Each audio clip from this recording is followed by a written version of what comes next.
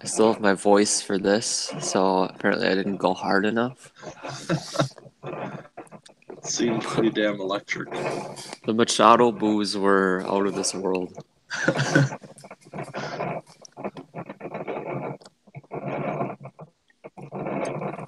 What a fucking bitch. I'm depending completely on my phone to look up stuff for this. I can't wait for this week because I'm gonna go into the midseason with losses to Carter and Josh back to back on a 3-game losing streak. What is he's back? Oh, crazy.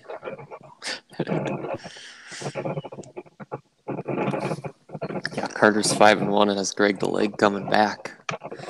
Yeah, I don't think he's losing again.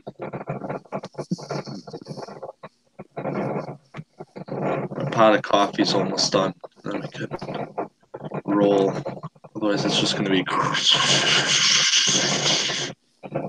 Is that that noise that I hear? It's just Yeah. like. Yep. This pot is just loves to scream. That's when you know it's good. Oh, Webb is so wild right now. I gotta catch up. I feel like I haven't looked at it this week because I was mad. Tim lost his week high last week on a stat change to Dan. Oh, that's funny. Suck it, Tim. They're pretty much like neck and neck with what the WIB and everything says is the best team. Go figure. I'd trade Bradley Chubb. And right away is all of a sudden good. Yeah, I saw that. Yeah, he has 5 sacks in the last 2 weeks. That's when I traded him. Before that, he had 1.5. God. I just really think it's going to be a rough ride for Caleb this season. Starting to really believe that it might be real bad. I had a text sent out to him. Are you selling yet? And I haven't sent it yet. It's gonna wait till this week. Save to the drafts until week 7. Oh my god.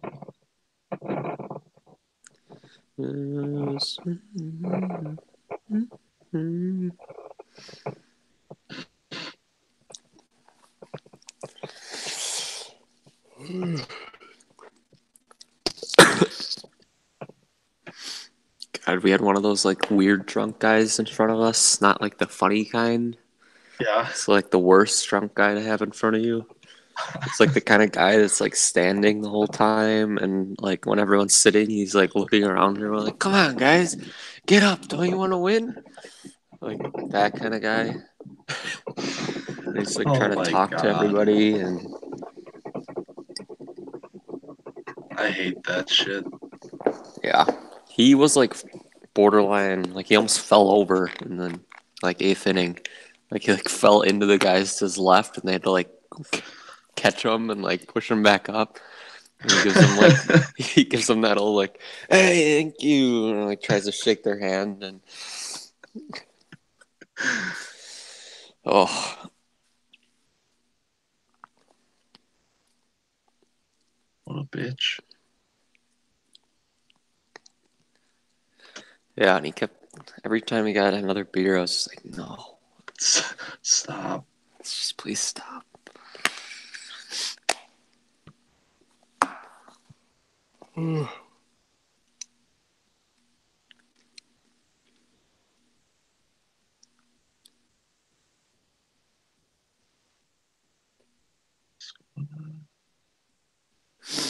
It's done now.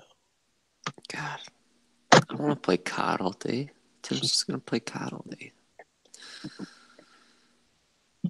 I got to play for the first time in like a week last night, and it was really nice.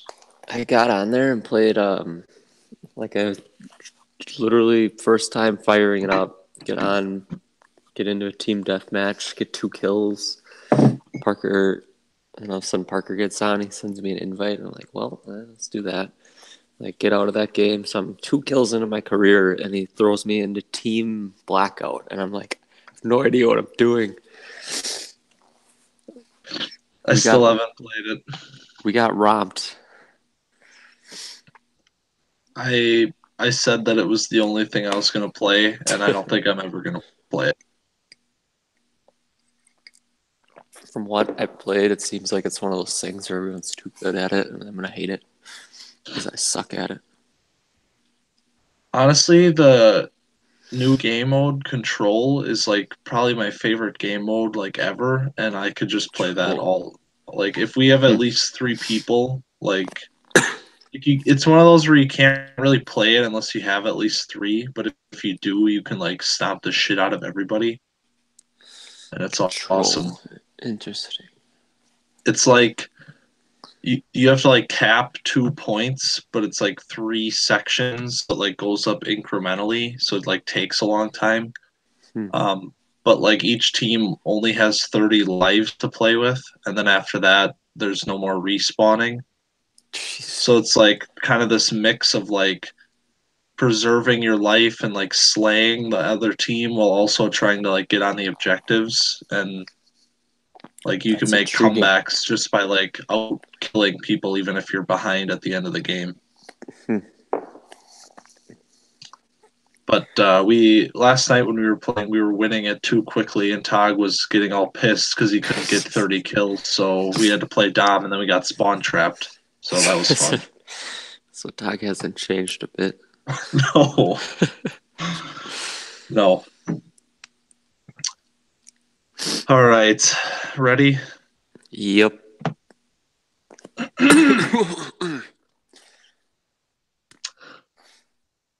Welcome, everybody, to the Week 6 Web.com podcast 20,020 billion 18. Saturday morning edition. Saturday morning edition. We're here. We got our cups of coffee. As you can hear, Brock is back. I'm back. Hello, Brock. Frazier, sorry. You're no longer Brock to me. Brock is dead. Yeah, so I heard all this rumblings last week about how Caleb was gaining momentum, going to take my spot. And look who is noticeably absent. Yeah, no Caleb. No Caleb. You know, we razzed Brock. You know, Boston shut him down last week, and now look. What is Caleb shut down for? A hangover? Really, Caleb? No, really? No one really knows. It's up in the air. He might be dead. Gone. He might be dead. I don't think he's on his honeymoon. He's. Hey, how was Boston? It was good. Did a lot of drinking and walking. That sounds really... Probably 95% of it. It's really nice. Yeah. That's about everything I would want it to be. Well, congratulations on your first podcast appearance as a husband. Flash in the ring. I see it. Thank you. I see it. And yeah, you picked a good one to debut as Mr. Brock on. Yeah, because with a week off, I got a lot of takes that have been brewing. I'm ready. Webb is fresh for the takes right now. Week 6, no different in this whole reversal of the conferences right now that we're seeing. But let's jump into the games because I feel like we're gonna have a lot to talk about today. Yeah, let's do it. Game of the week was Frazier and Tim. Yeah, Pac-5 showdown. So you jump into the Pac-5 here. You beat Calvin in the interconference showdown last week. Now you get into the Pac-5. This is your stomping ground. This is where you own people's souls. And you got Tim, who's coming in as what the Web would say is the best team in Web. And yeah, it was a showdown, that's for sure. Yeah, coming off the highest scoring affair with Calvin. I don't know how many more of these my heart can take because, well, this one, like, get down early and then all of a sudden the team makes a huge comeback. And even after Melvin Gordon just tried to ruin my soul, then I get Kansas City kickered at the last Sunday. Don't get enough out of Gronk and Brady and Gordon and company, and end up losing by 8. But team put up 180. Another big week.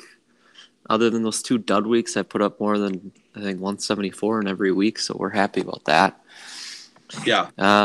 Also not worried because I feel like I've been dropping at least one Pac-5 game to Tim like every year for the last like 4 years. So Working Tim put up working to confirm. Yeah, put up Tim. He had a great week, 190. That's tough to beat. I'll give him props. We'll praise his team. Melvin Gordon looking like a really good trade after we kind of ripped on him. RB2 right now. Doesn't seem like he's slowing down. I mean, he hasn't even gotten much out of Odell yet either. So it's a scary team. The one thing Carlos Hyde, I think, was kind of putting up a little bit of points for him, gets traded. Did you see that? I did see that. Trade to the Jags, where he will presumably be a backup. For now, or until Leonard comes back. Is Yeldon playing? Is Yeldon going to be ahead of Hyde? I honestly think they're probably going to go with Hyde. Interesting. I think it makes a lot of sense.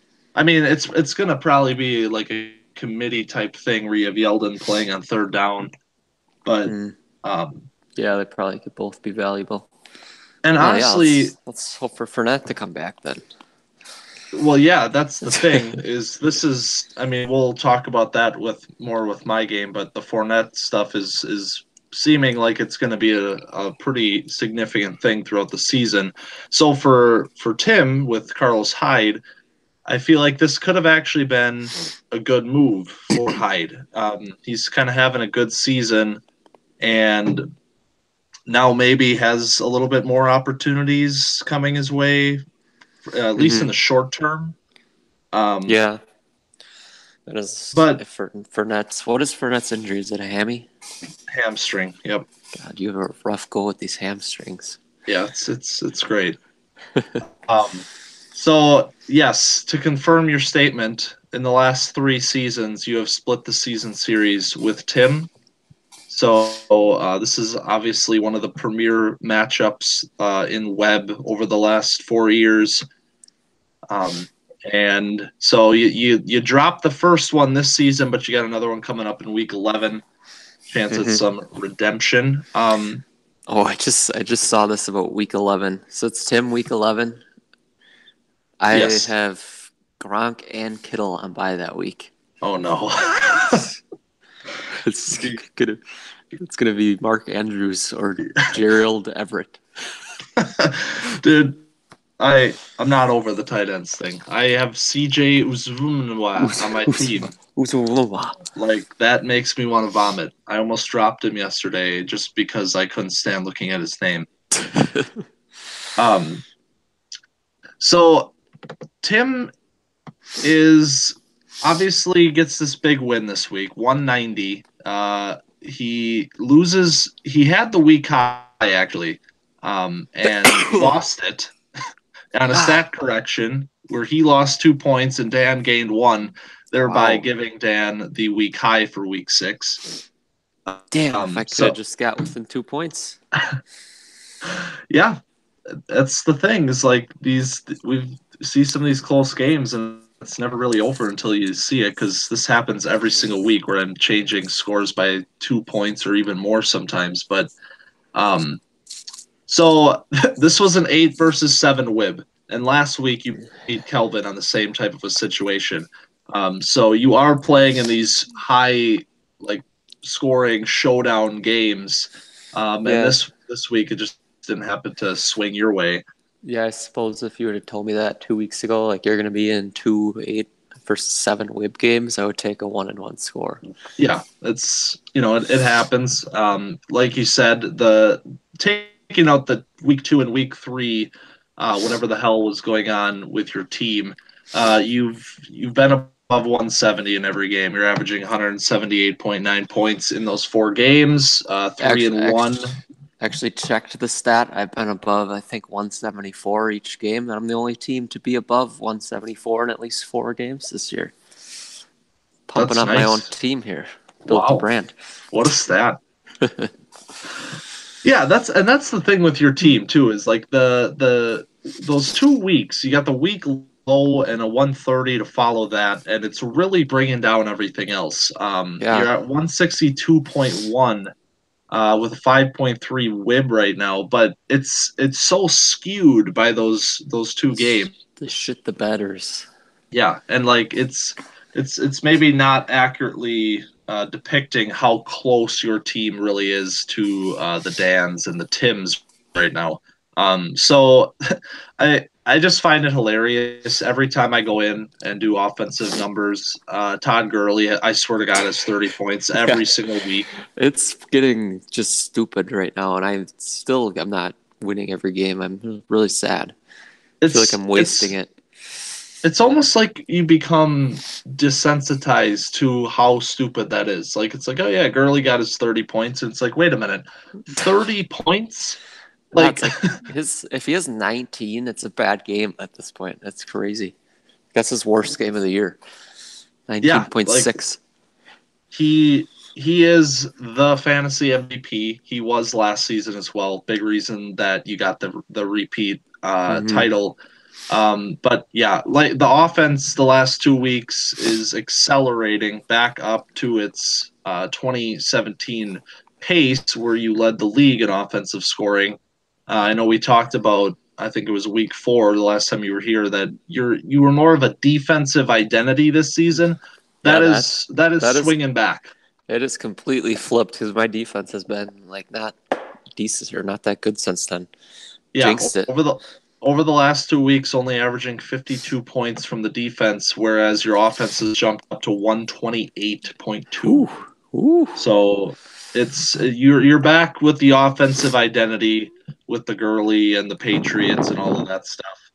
Um, but on like and at the same time, like you said with Melvin Gordon, it's honestly almost the same situation for Tim, just a little bit lesser of a degree, where Melvin Yeah. Gordon is scoring 20 points or plus every single week, and that's alongside of Zeke. So Like so is facing Gurley what like I went through with Melvin this week where it was just like basically every like half hour on red zone I get the Melvin Gordon is running for a touchdown notification and it's yeah, like wow again. that's exactly what it's like. It's exhausting. Yeah. um, yeah, like Melvin Gordon's lowest output of the season was 14, and he's over 20 in 3 out of 6 games. So Like it's the running backs are you each have one of those just game changer freaking guys right now. mm-hmm. Oh, And the thing with Tim is like we last week we like he had the WIB advantage over Dan, and he still does slightly. It's a little bit closer after this week, but Tim is he's playing like the best team in the league right now, and I really feel like he's got Melvin Gordon. He also has Zeke. He's one of those.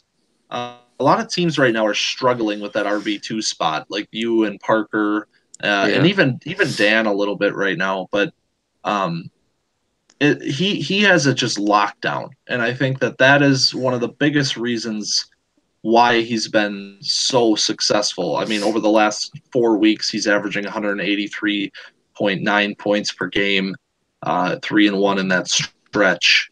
Mm-hmm. So, Yeah, and he's got Ingram now too coming back off the bye. Like his yeah, RB 1, 2, 3 is just he needs to trade one of them to me. yeah.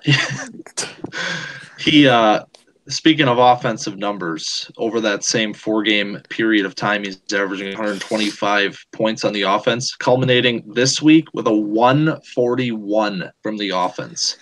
That I mean, is if you're over 130 on offense, that's like a premier level of a week, and 140 and higher is just stupid. It's honestly ridiculous. that's tough to beat. It is.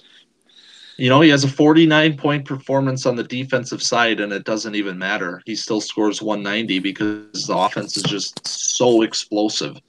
But so just kind of overview right now, implications of that game. You're both 3-3. This is going to be something that goes on for the entire season, and uh, given what the league looks like right now, we have 4 teams at 3-3 and 4 teams on one game side of that, either 4-2 or 2-4. I mean, we only have 2 teams that are really kind of out ahead of the rest or out behind the rest right now. It's all everybody's in the middle. So yeah. The team's main focus right now is seeing if we can somehow chip away in that scoring lead that Tim has on us. yeah, and I definitely think unlikely. we will. I think it's going to start getting closer and closer. Like right now, you're 13 games behind, but it's over the last 3 weeks. You're pretty much closing. Yeah. Pretty much on pace with him. He is that 190. But all right, so Pac-5, 3-3, 3-3. These are the 2 teams that we kind of picked that would probably be the ones that were fighting for the conference title by the end. But our conference leader in the Pac-5 is somebody that nobody expected to be the conference leader after 6 weeks. This is the only Pac-5 champion that isn't named Frazier, and he's back. He wants it again. 4-2 for Josh. It's incredible. What a story. He doesn't stop.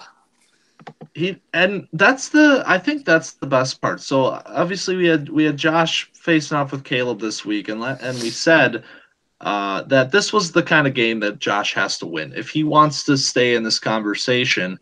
He can't drop games to a 1-4 Caleb team. And he came out and he put up another 160.9 this week. Josh is not limping into victories. He is scoring points. He's almost averaging 160 points per game right now. Yeah, that defense is absolutely incredible. Another huge week.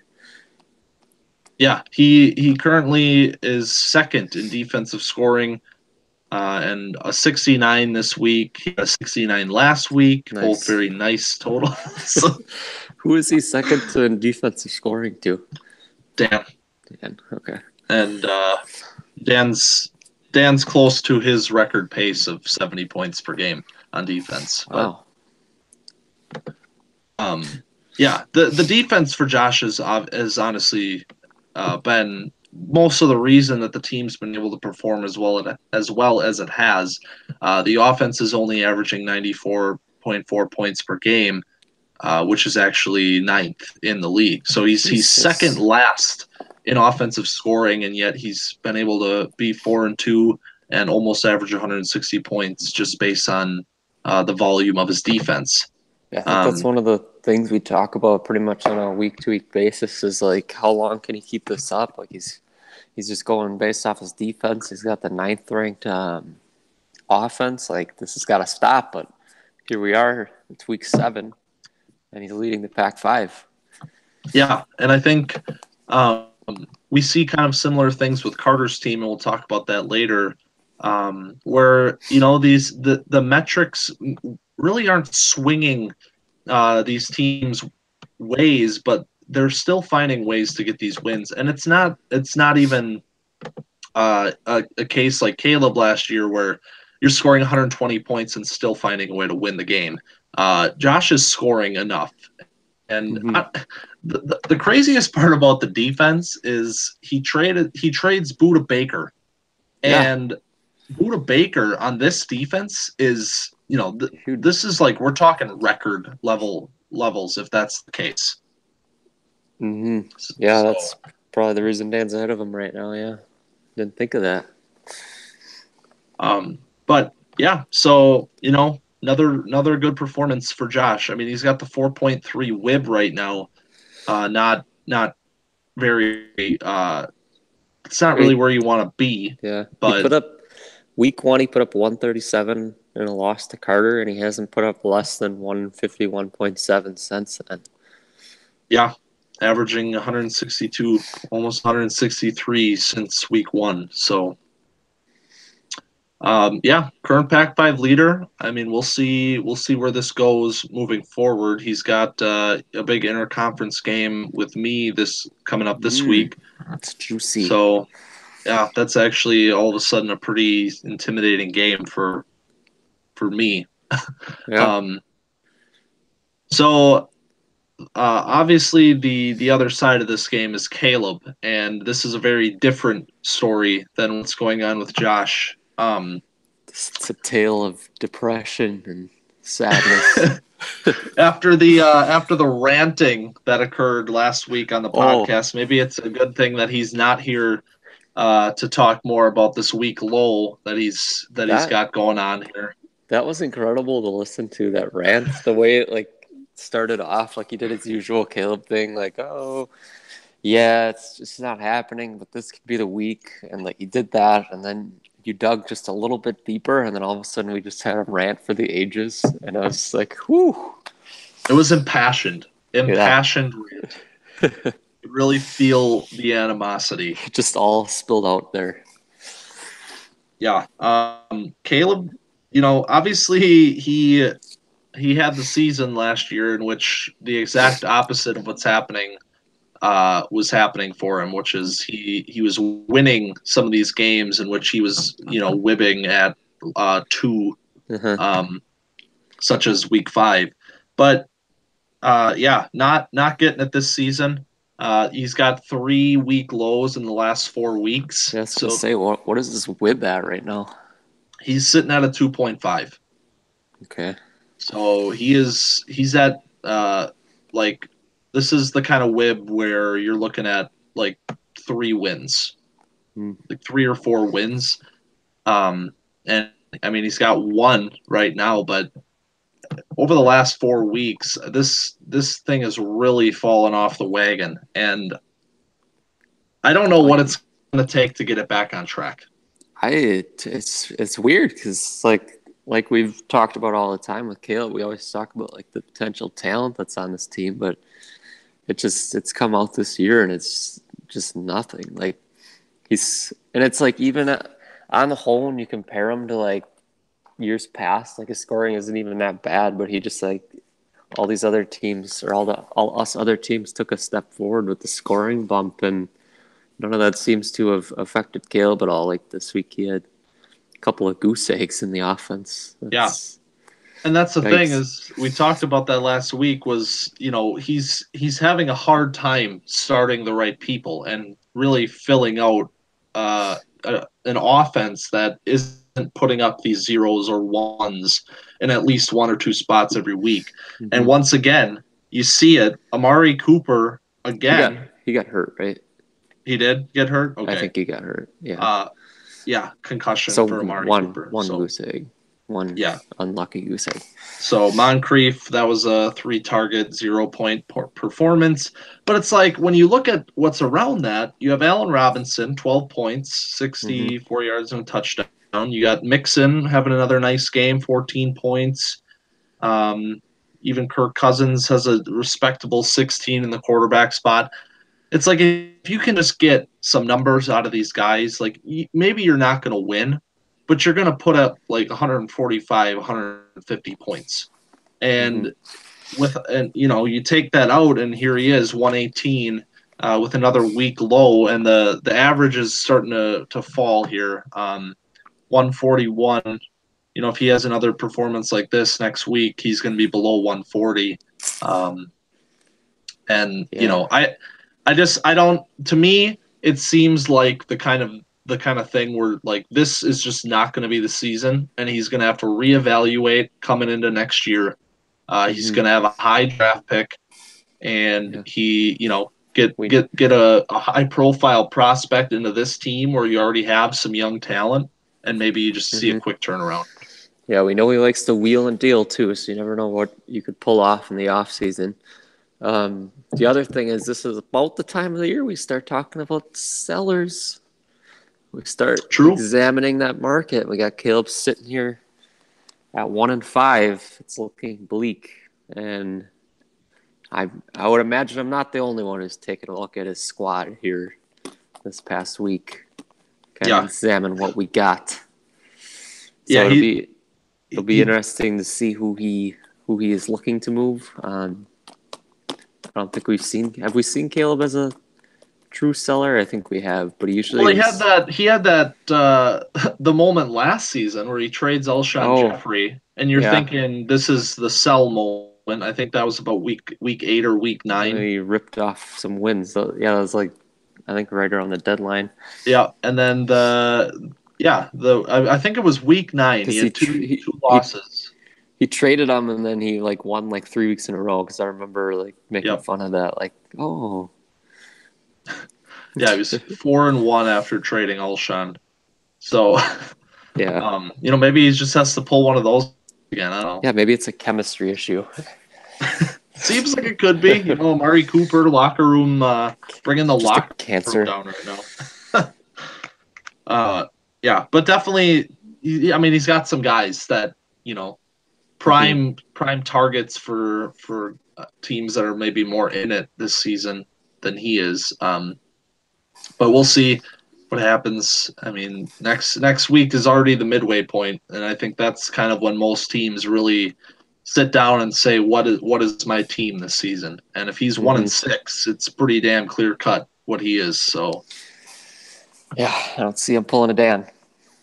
Yeah, 86 points out of the offense compared to Dan's. Let's see here. Wow. Dan only had 90 points out of his offense through the first 7 weeks in that 2014 season. That's disgusting. That was the year that, like, every one of his, because he had the studs, but like everyone had like those nagging injuries where they went out and played, but they didn't like play. It was like that's decoy. Right. I forgot about that part of it. Getting screwed over. That was funny. Okay, so we'll move on to the Big Five, and we had a big game between me and Carter, and it's probably been a while since you could say that, and I like that. I like that Carter's kind of bringing some fresh excitement into the Big Five, and I mean, in the end, he won. Carter is 5-1, and it's ridiculous. Absolute wagon, powerhouse. Yeah, you're back. You missed it last week, but luckily, even more so this week. What do you have to say about your boy? Oh, he can't be stopped. He can't be stopped. It's incredible. I'm watching this. I got my matchup with him out. I am the biggest Carter fan out there. I am hoping he destroys all you Pac-5 villains. Big Five, wake up. Big Five. Ooh. We gotta start doing night podcasts again. All you Big Five villains. We're gonna keep it rolling. Who's he got this week? Carter. Week 7. Okay. He's got Calvin. Oh, 6-1. This honestly though, this Carter Calvin game, I'm pretty sure I voted for it for game of the week because this is a huge game. Because either Carter's going to 6-1, and I mean at 6-1, it's got to be a playoff team. Mm-hmm. I mean, if you collapse after 6-1, it's going to be a bad ride. Mm-hmm. And Kelvin, on the other hand, which we'll talk about him in the next game, 2-4, but really showing like he is not 2-4. Like he wants business, and if he gets this win against Carter, he's right back in the conversation. So that's a huge game, and we'll talk about that later. But for Carter coming up here, he's got Kelvin, Parker, Tim, and Dan. Ooh, I was waiting for it to hit him. That's a rough go of it after, even with Calvin hot. Yeah, that's a rough goal. And I mean, like look at what he's done so far, though. I mean, he's got a win over you, he's got a win over Dan, and he's got a win over me. Yeah. So I don't know. I mean, this is obviously like playing in the Big Five with these 2 Parker and 2 Dan games each season. you're going to run into stretches of your schedule where it looks really disgusting, and then add Tim into that mix in his first non-conference game with Tim of the season. I mean, it's rough, but imagine if he comes out of this like 7-3 even. Yeah, Like, if he could go 2-2. yeah, Like, yeah, this team, looking at it, there's nothing like flashy about it. Like, doesn't have those big weeks. But looking at it, Tevin Coleman, Devonta goes on the IR. That's an RB 1 or 2 the next year. This definitely seems like a team I could see trading, like getting in that running back trade market, making a splash. Could really help it. I know we saw him get Chris Thompson last year. Maybe something even a little bit bigger than that this year I could see. yeah. And I mean, we like J goes down with the torn ACL. Oh, yeah. Big But blow. immediately following that, you have Devonta Freeman go down, and now all of a sudden Tevin Coleman is a lock and load starter for him. As well as he's got TJ Yeldon, and now they make the trade for Carlos Hyde, so maybe that's not quite as obvious of a play. But like Matt Breida, 13 points on the bench this week.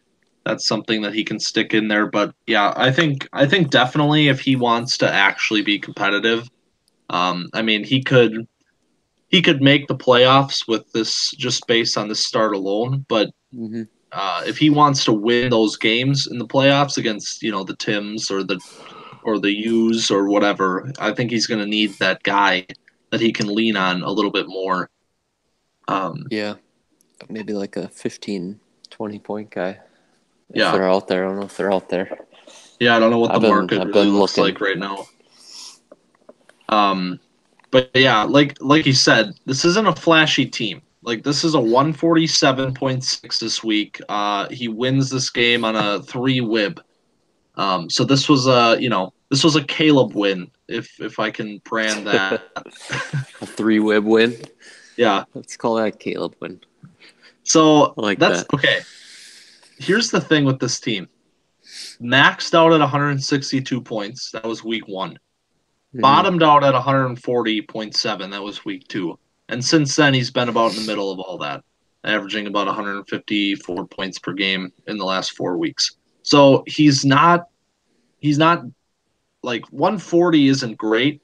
But I mean, like he's kind of just right in that middle tier every single week, Yeah. right between 160 and 140. And I mean, if you're doing that every week, you're going to have a chance to win those games. You're not really putting yourself in a position to win them, but you're having a chance to win them. And he's winning them because he's a wagon. Yeah. Carter Wagon.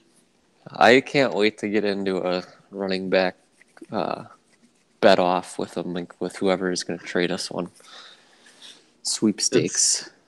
There's definitely going to be one. I can feel it. If he gets this win this week, I think it's all aboard for Carter. He already made the trade for Demaryius Thomas at 4-1. I can't even imagine what 6-1 he's going to want to do with that. What a year it is to have like excess running backs and being able to like trade one of them because there's so many teams. Yeah, there's so many teams. Like we've already talked about, like me and Carter, Parker, like struggling like with the RB2 and the flex, and I'm kind of scared of what these prices are going to be. Yeah, like Tim is in a very powerful position right now, and obviously loses Devonta Freeman, so now he kind of needs some of that depth a little bit more. But, if he swings a deal with one of those teams that you just listed off, like he could fetch himself a nice little price, maybe even a little bit of a getting something for the future back. He's kind of been one of those teams that mortgages the future for the now, and but. Okay, so other side of this, Carter 5-1, currently leading the Big Five. Last year's Big Five champion, me. Rough last couple games here. Yeah. And honestly, this game, I only lost by like 4.5 points. It should have been a lot worse than that.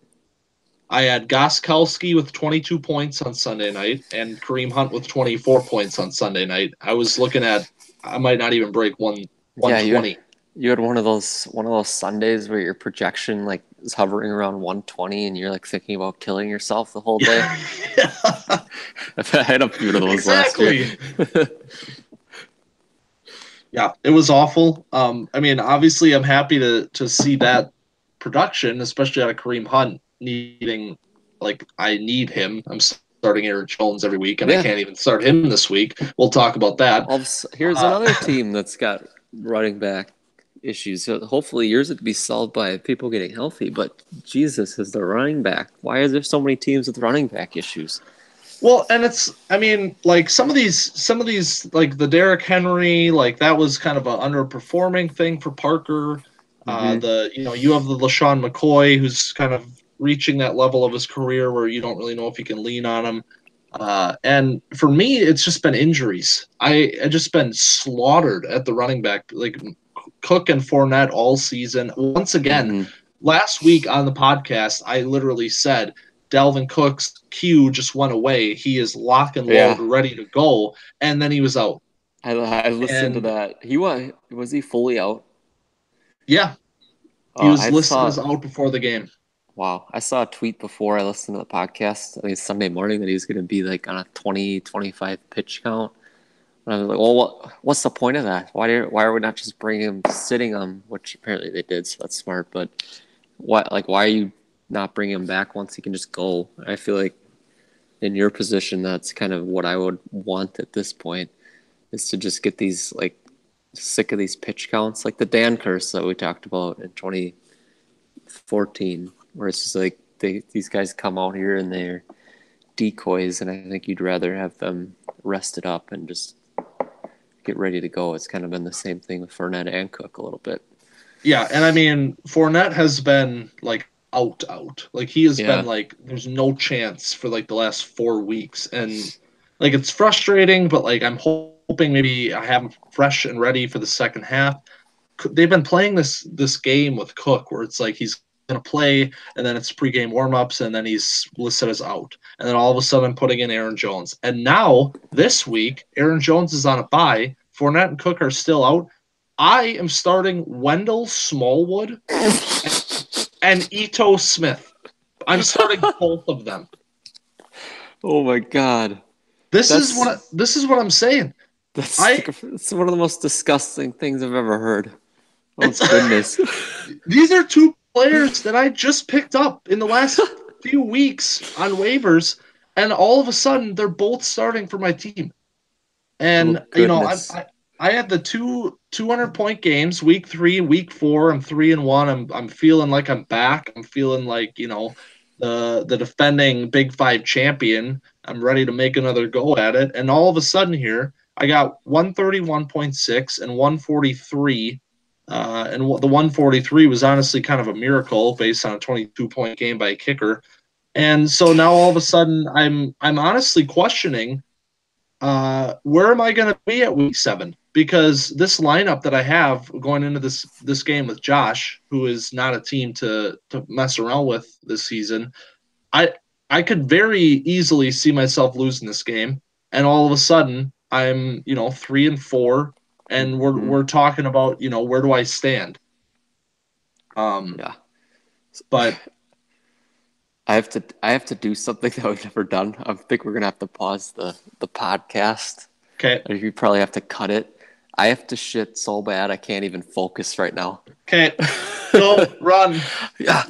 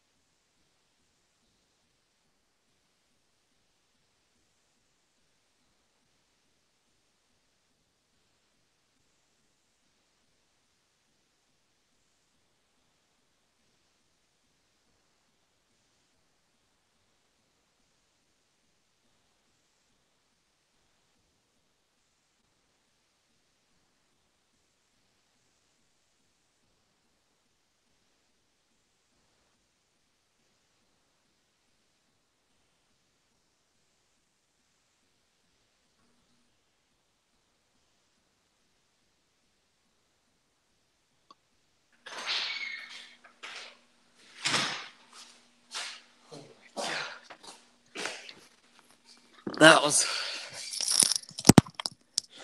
a dilemma. Parker had literally just gone in there to shit, and I'm like, no, for the love of God. I'm honestly surprised that's the first time that it's happened on the podcast. I was just sitting here, just like, oh my God. I couldn't even hear the words you were saying anymore. All right, I'm gonna try to pick this back up without it being weird. Let's see, where am I? Okay.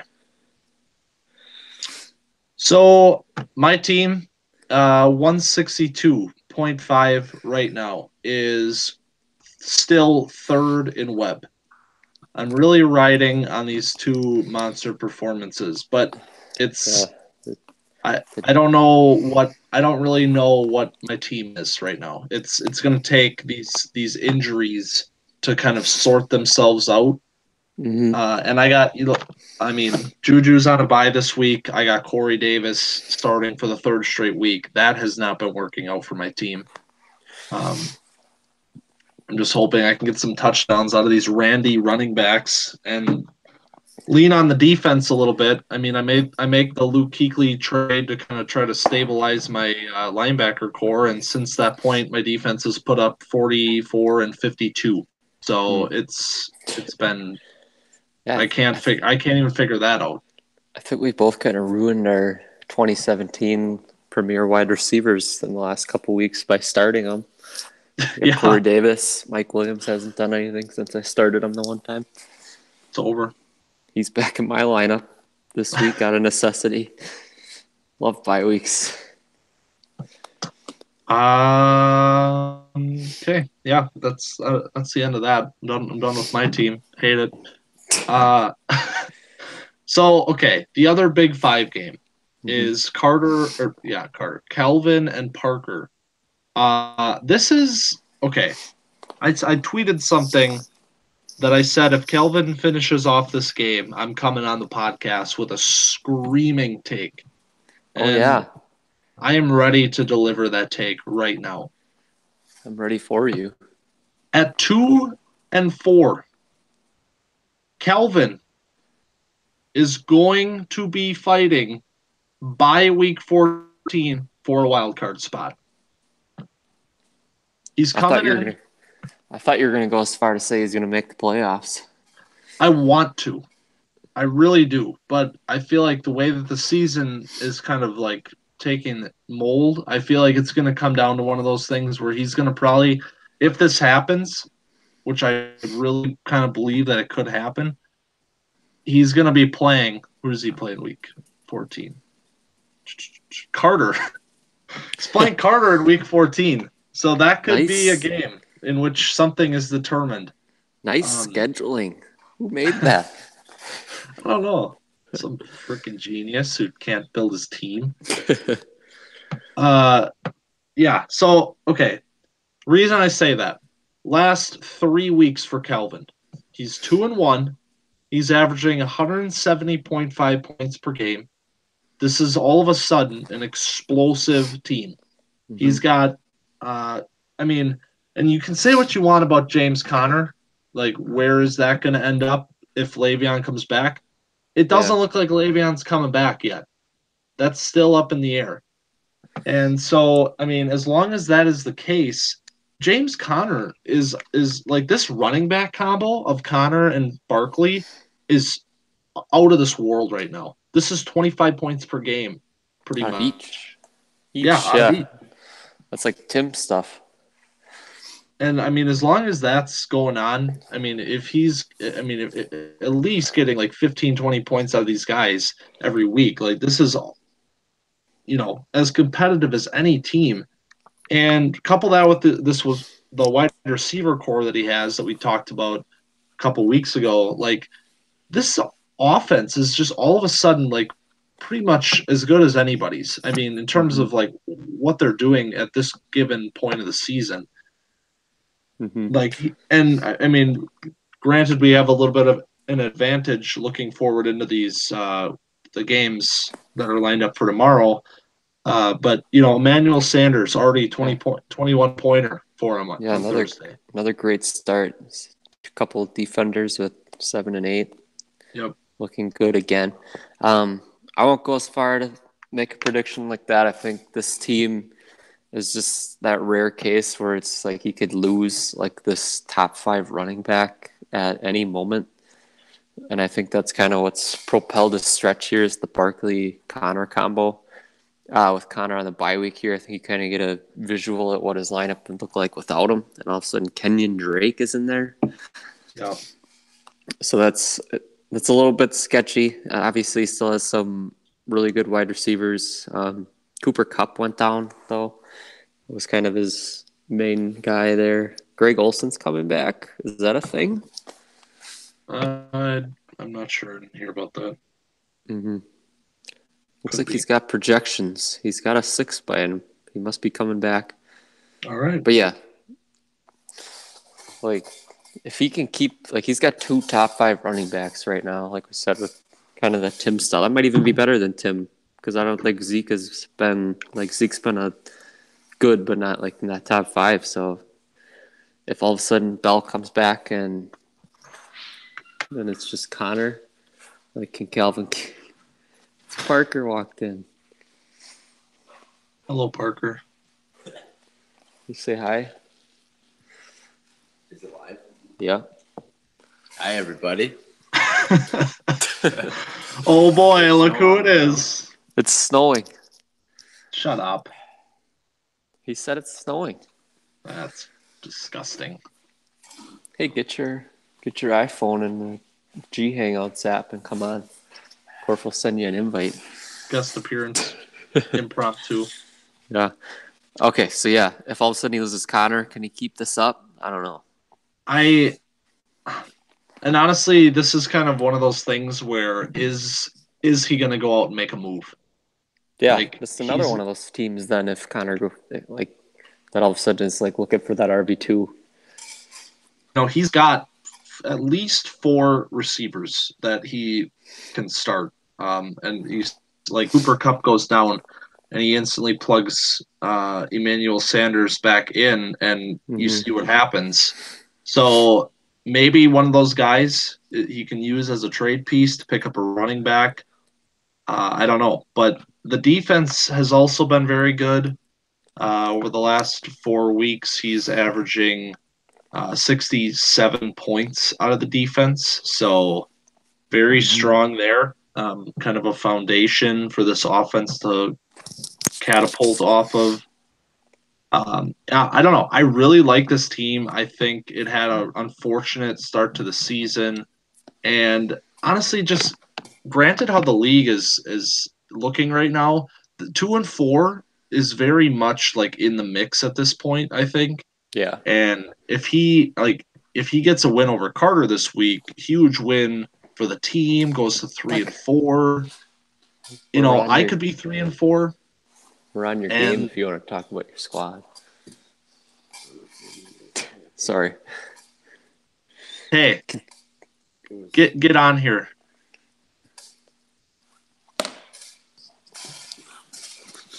Now, joining us officially, not screwing around anymore, Parker, the former 2-time web champion, is here to talk about losing to Kelvin this week. Hello, Parker. everybody. What do you have to say about losing to the 1-4 Kelvin team? Well, Kelvin's team is, he got like 60 points out of the running back spots. So that was really tough for me. But then Emmanuel Sanders. I think Kelvin's just got a really good team, actually. I think he should be better than 2-4, but usual week for me, I scraped over 150. That's where I always am. Yeah. Defense stunk it up. Oh my God. I don't know. I don't like my team. You heard it here first. 4-1 Parker, 4-2 Parker now hating his team. So yeah, I got a touchdown out of the tight end spot. That was the first for this year, which isn't great. and Ricky Seals Jones put up 1.2 for me this week. But yeah, I have a RB2 now. Nick Chubb time. So That's right. That's right. looking forward to what we can do with that. But I'm ready to blow the ship up. I feel like I'm gonna lose the next 3 games. So you're saying you're going to lose the next 3 games and then you're selling it all. Fire sale. Yeah. All right.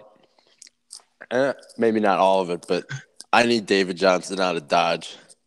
He needs to be out of town. Breaking news. Carter, Kelvin, Breaking news. take notice of this. You're going to need him. Yeah, but maybe I can sneak out a big win versus Dan. Maybe Nick Chubb will have like a monster game. Yeah. Gonna need it, but yeah, projected to lose by 16. Or 26. Wow. See, oh my God, this is a weird team. This is like Carter's team, but better, where it's like always in the same range of points every week, and it never really goes above that 170 level, but never really goes below that 150. Yeah. I used to have an explosive team, and now I feel like there's just zero chance I could ever score 200. It's really depressing. I'm not going to lie. This is the worst I've ever felt about my team. I don't know why. I'm just so down on Hey, it. Webb, But- this guy sounds vulnerable right now. What? God, we are in bad mental places in Web right now. Like Caleb is jumping off the edge of the freaking world, and you're selling everything with a 4-2 team, and I hate myself. I don't even hate my team. I just hate myself, and I'm 3-3. It's tough sledding out here, man. I need a Yeah. drink. It's playing in the Once Big again, Five this for is a you. Saturday morning pod. It's Parker pouring himself a drink here as we move forward. Alrighty. Thanks for coming on, Parker. No problem. Yeah, this team, this is honestly a symptom of playing in the Big Five. You feel like if you don't have that team that can put up like 180 every week, you feel like you're irrelevant because you know that somebody else is gonna fill that role, and most of the time that team is Dan, and this season it is Dan. So, but honestly think he might be going to cry right now. it was like way more depressing than I thought it was going to be. I was like, you scored 157 points. You're averaging 160 points per game, but He dropped that. He wants David Johnson out of town. It was just all downhill from there. it's like I can see what he's saying because we kind of, like I picked him to win the Big Five this season. I thought he was going to come back, and the wide receivers have been like electrifying. Like Hopkins and Adams are like 20-point games like every other week, and but it's just like the tight end and the running back spot, and he gets a down performance out of the defense this week, which is it's kind of his staple, his brand. Mhm. That he just has this really like strange thing going on where like he said, like, can this team be the kind of team that can score 200 like it used to be? I don't know if that's where it's at anymore. I don't know. The David Johnson not being on a good offense anymore. That's rough. getting on a team that's getting blown out 45-10. Yeah. Yeah. The good news though is he's 4-2, so he's one game behind Carter right now, and 1 game ahead of me and Dan currently. So 4-2. Nick Chubb is looking up for that. Yeah. The trade, big time. perhaps finding that guy that he needs at the RB2 spot after the struggles of Derrick Henry, which we've documented. But yeah, I mean, I'm not worried about this team because he has such a high floor that I think like like I said, he's like Carter, but he's better. So he's gonna be in it every week, it feels like. But if he runs into these 190-point games from Dan, Is he Like going to be able to low-key- keep up with that? Like low key, if you can get like a huge game out of Chubb here and beat Dan, and he's 5-2 and Dan's 3-4, like that depression will just turn all around, and we're back That on would be it. huge. That would be huge. So he's that close to just being in a really good spot all of a sudden again, which he is right now, 4-2, good spot. But Yeah. with the log jam that is the 3-3 teams, and two of them being Tim and Dan, Right. 4-2 doesn't seem quite as good as it would in a normal year. Yeah.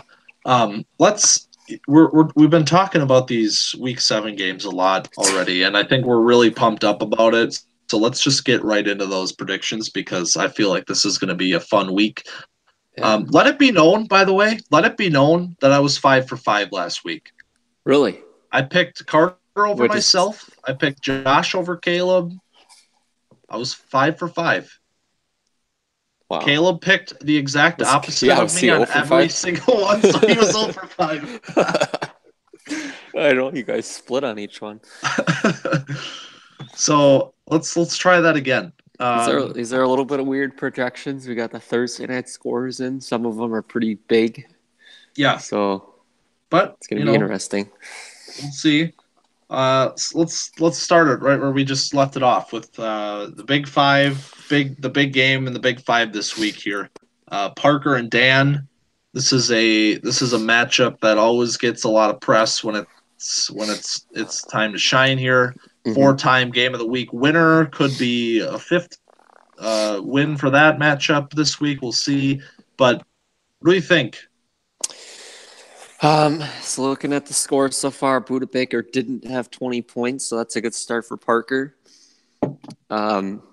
His quest to find a tight end still continuing. Ricky Seals-Jones puts up 12 yards. I'm gonna pick Parker. We talked about it a little bit already. Could be a big week for him. I think Chubb's gonna ball out. His receivers, Devontae's on a bye, but they're still very good. He gets Mike Evans back from the bye. Dede, I think he's gonna take home a W this week. Okay, so That means I'm moving Dan to 3-4. Yeah, 3-4 for Dan.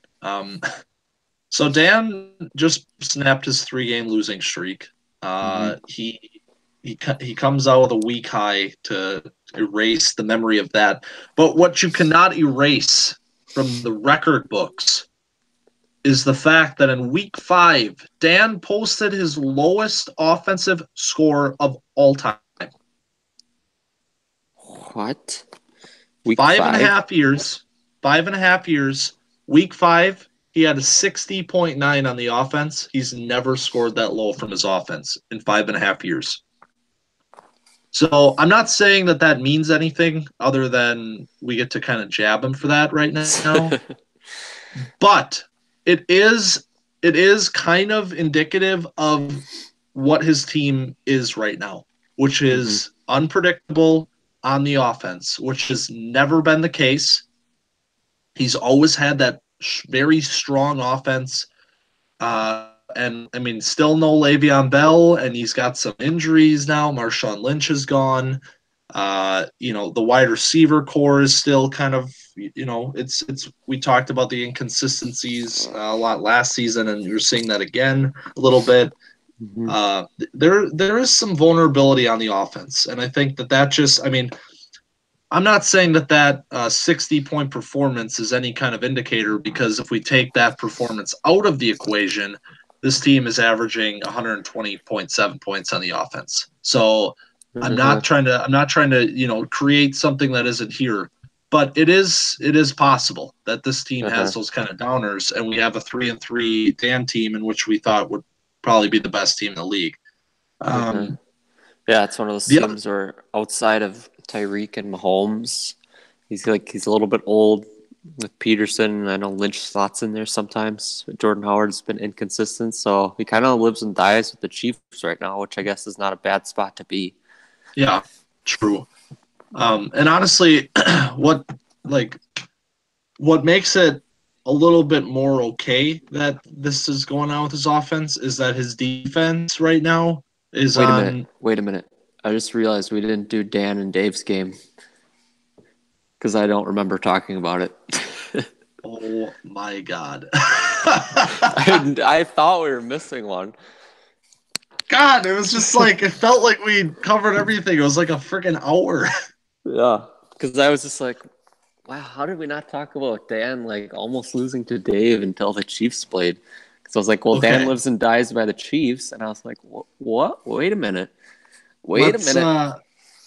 Let's finish this off and then we'll do that and then I'll try to like edit it in so it doesn't seem wrong. We should just let it ride right now. I think it's funny. Let it ride. Yeah, Okay. they're gonna get to this point and be like, what the fuck? What the fuck? And then we're gonna remember and save them. Okay. Well, that's great. Sorry to Dan and Dave. Let's do that quickly. Okay.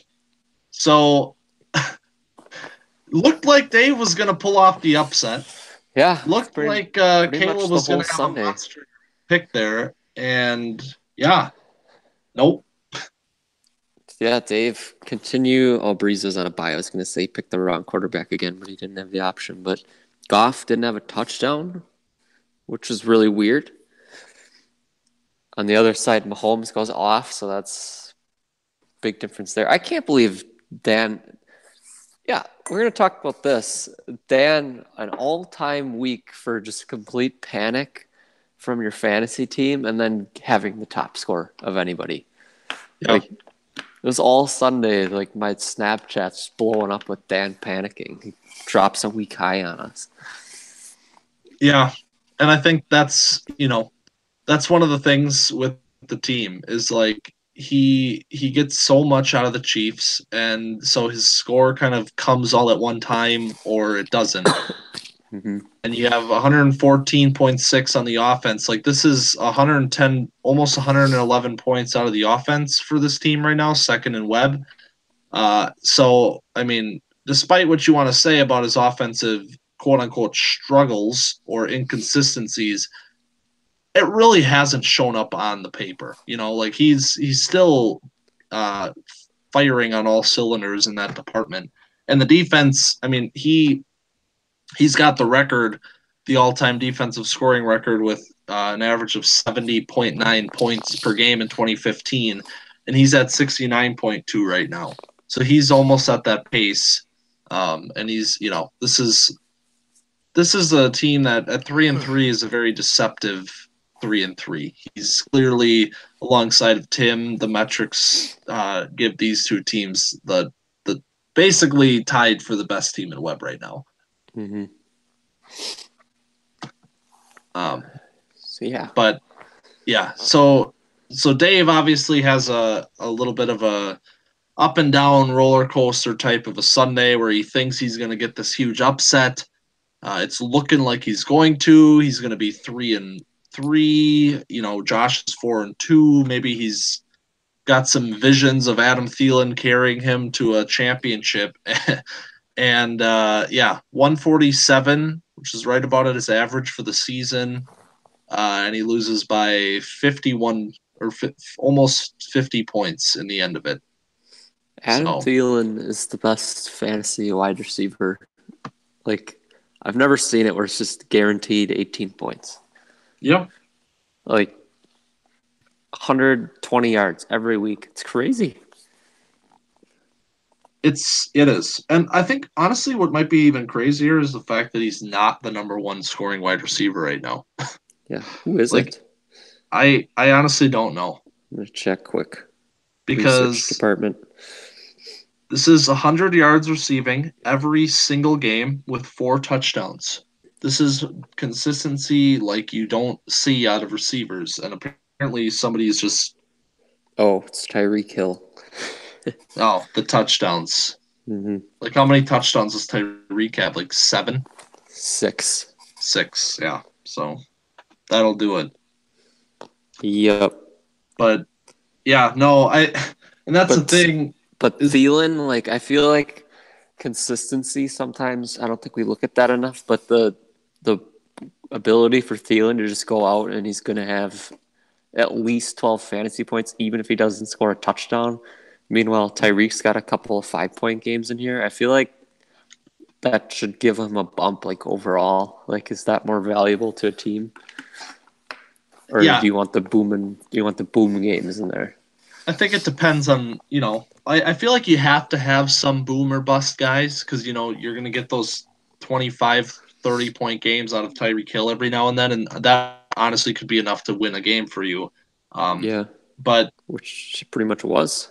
yeah, and so like there is benefits to both sides. I think in Dave's case, the consistency is very nice because this is a team that needs to be at a mark every week because he's not the kind of team that's really going to explode. Like he's not the kind of team that's going to have those big performances. So in order to win games, he kind of has to put himself around that 150, 160 mark on every single week and hope that he hits the right matchup. Um, but like Thielen is the kind of guy that, on this particular team, which is, we see the turnaround here and he's on the upswing and 2019 could very well be a competitive year for Dave. It begs the question, do you move forward with this wide receiver who's approaching 29 and hope that he's a big piece of your team next year, which could be competitive? Or do you take this historic start, trade him to a contender, and maybe get a huge haul out of this and just really kind of put the exclamation point on the rebuild? I think interesting. I haven't thought about that before. In Dave's case, unfortunately, he's maybe a little bit biased because this is the boy. Like alongside Christian McCaffrey, like he's got two guys that just embody what the boys are all about, and none more so than Thielen, the undrafted workaholic Division II, like Thielen is the face of the franchise. Like I don't know if theoretically what you just said is could be a smart idea to do because is he gonna get by the time that he's ready to just be that locked in, I'm gonna get in this top four, I'm gonna make the playoffs, is Thielen going to be 30 by then? All of a sudden he's 30, maybe he has some of those off weeks, doubt starts to creep in if you can keep him in there. Is that what he's going to be by the time Dave contends? I don't know. But at the same time, Dave is 2-4 this year. He could contend next year. I don't know, but you're right. With how Thielen's going right now, that could be an absolute haul that he could get for him. Yeah. But at the same time, I don't think he could ever do it. And I made the offer to him last week of I'll give you everything on my team, and that did turn into actual trade discussions, and it did sound like he in fact was going to roll with Thielen as the face of the franchise. So if that remains the case, around the trade deadline, we'll see. But I can't fault him. You see a guy like this on your roster and a player that obviously has some emotional attachment to being a waiver wire addition and really kind of being the face of the brand. It's going to be a lot harder to trade that player, even if it might be the quote unquote smart thing to do. So I don't blame him for that at all. But this is a ridiculous start, and honestly this player is I think last year I would say this is a top 5 receiver in the NFL, yada yada yada, whatever, maybe I didn't fully believe that, maybe I did, but I think right now it's unquestionable. This is easily one of the top 3 receivers in the NFL right now. Yeah, I would agree. It's crazy what he's doing right now. But yeah, so a loss for Dave this week, 2-4. The WIB is the worst in Web, so this is a team that he's still working through this down period of his franchise, but I think you're going to start seeing it maybe even towards the end of this year, and especially going into next season with some draft picks coming in. This is going to be a pretty good team next year, I think. But all right. Back on track. Did we hit every game? Is that all of them? I believe so. I think we did it. It's just I knew that there was going to be so much to talk about this week based on like what it was, and yeah, I just really thought we hit them all. But sorry to those teams. We didn't mean to forget about you. You got you in there. You probably had that little 5-minute stretch of rage where you thought you were gonna get skipped, but no, we got saved you. you. Yeah, we would never miss it. Yeah, I was wondering why I had so much to say about Dan in the prediction round. Yeah. I was like, why am I just now talking about this offensive total thing? Yeah. But okay. So just to put a period on the Parker and Dan game that we got interrupted with, I'm picking Dan, and I know you picked Parker. So we'll see what happens. It's going to be a huge game, and obviously something that means a lot to the Big Five. Oh yeah. Are we gonna split each game? Should we do it? We might. We'll see. This next one might be the telling tale. The second Big Five game of Week 7 is Carter and Calvin, which I've already stated as my personal pick for game of the week. This is a game that means a lot to both of these teams, and I think whoever wins this game is going to move into the second half of the season with a lot of confidence. Yeah, feeling very confident, even if it's 3-4 Kelvin. You know, obviously if it's 6-1 Carter, like yeah, you're feeling pretty damn good going into the second half with that record. But like even for Kelvin, this could be the week that really says like, you know what, I can get back into this thing. Yeah, looking at it, Calvin obviously off to a great start already. We talked about a couple of good defensive showings and the Emmanuel Sanders with 2 touchdowns, 20 points already. Demaryius Thomas back to being what he was before Carter traded for him this week. Oh, it's gonna be close. I'm looking at it, and I think I'm gonna pick Calvin probably by default because he has the lead already. Because I think they're really evenly matched. Normally, let the records show that if I picked this game before Thursday, I would have picked Carter. So I feel like maybe I should just stick to that. What do you think? I think you should. All right, I'll do it. I'm picking Carter. Comeback City. Yeah. So, like you mentioned earlier, we got Kenny and Drake in the lineup for Calvin this week. No James Conner. Kenny and Drake currently the 28th scoring running back. Disappointing for him. And you know, yeah, Emmanuel Sanders, 20 points already. That's huge out of the wide receivers. But you know, Carter's got Tevin Coleman now back in that, staying in that starter role. Matt Breida in the starting lineup this week.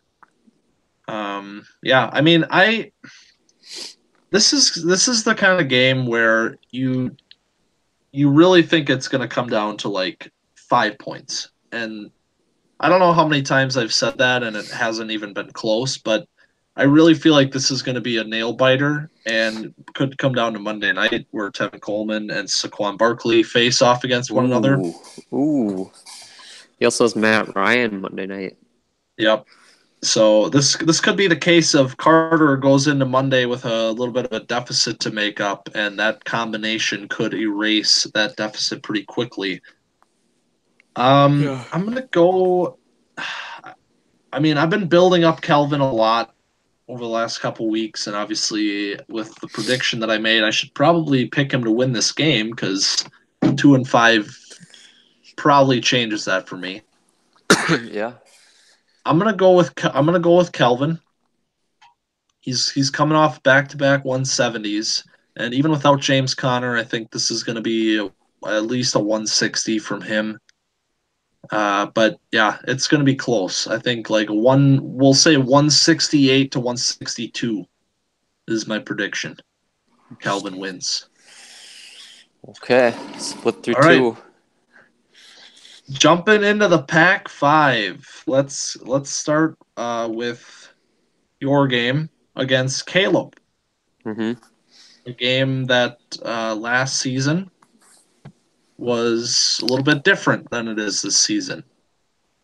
This is now one that you're circling on the calendar, saying let's get this done. Let's get out of here with a win and get back to the grind. Yeah. Thursday night wasn't great for me. It evened up our projections right now, quietly. So Chubb has 5 sacks since I traded him. Shocking. I just think I got Antonio on the bye this week, but I just think still there's just too much here. I think Caleb's going to turn it around. I think his team's going to start not getting a 1 WIB 3 out of 4 weeks eventually, but I don't think this is the week that he upsets me. So I think the Tom Brady, Josh Gordon, Gronk show is finally going to happen this week. We're going to get some touchdowns out of those combos and beat Caleb. Yeah, I'm looking at this lineup. I'm seeing Antonio Callaway. It's interesting. Yeah, it's either him or Mike Williams, I think, right now. Yeah. Like, I mean, I'm picking you.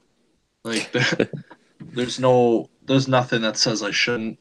You're firing on all cylinders right now in the last 3 weeks, whereas Caleb in the last 3 weeks has a 0, 2, and 0 WIB.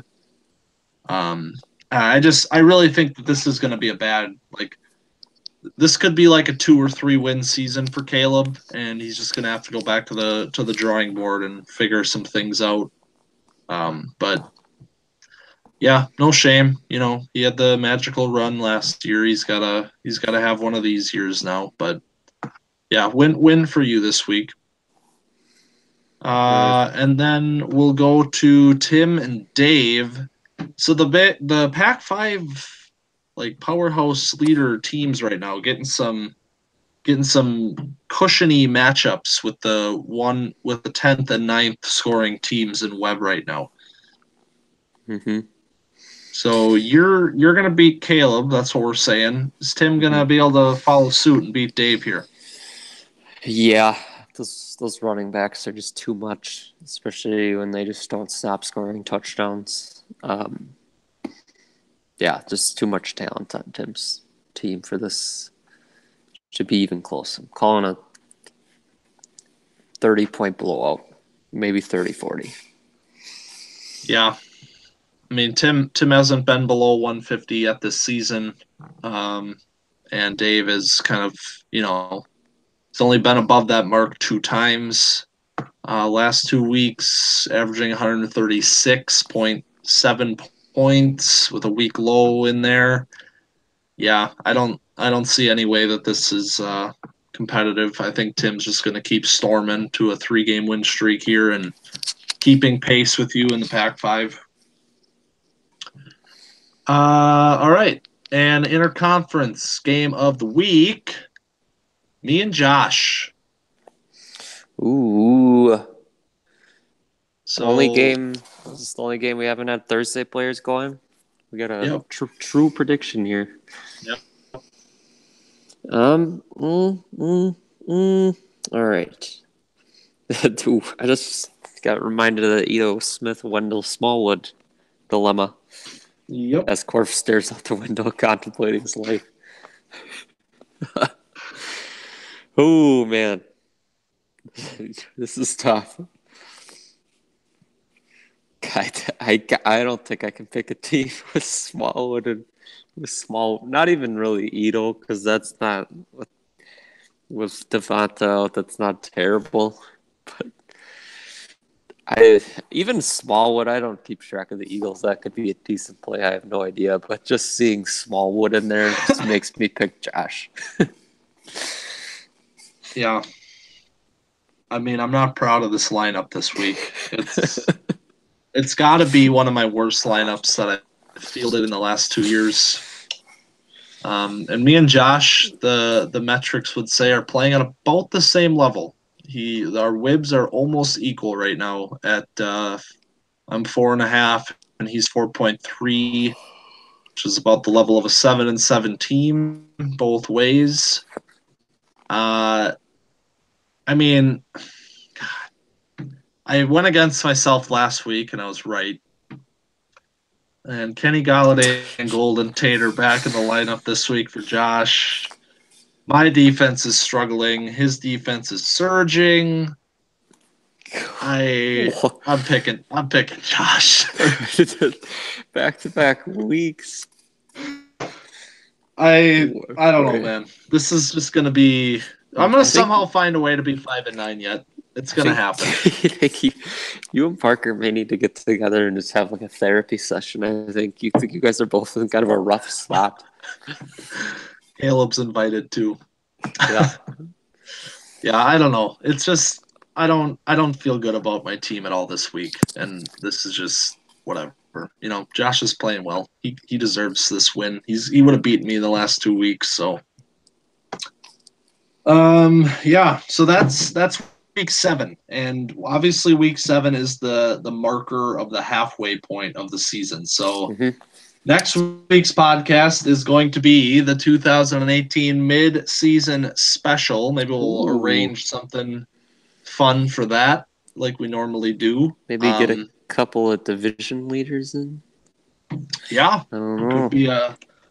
Could be a case of Carter and Josh still leading the respective conferences halfway through the season. Could get them on for some insights into what the teams are thinking. That would be fun. But yeah, so I mean, the season keeps getting weirder and weirder. You know, it's fun. It's a lot of fun. All these teams right in the middle of the pack, and then you got Carter out ahead and Caleb in the back. It's going to make for some interesting storylines going into the second half of the season. So, I tweeted out web bold predictions with the hashtag hot web takes. I'm pretty sure I only had one owner issue some takes, and granted that this has now been quite a lengthy episode. I think I'm going to just cut it, and we'll talk about those maybe next week. Maybe more people will chime in, and we'll get some of those for the mid-season one. That's a good idea. All right. Well, it was good to have you back. Yeah. And yeah, really cement myself back in the co-host spot. Yeah, nothing to worry about anymore. Caleb is fired. Caleb is fired. Wow, fired. What report? We don't. Okay. we don't tolerate weaklings on this podcast. All right. Hangovers, really? All right. Can web reporter Fraser tweet this? Send it out.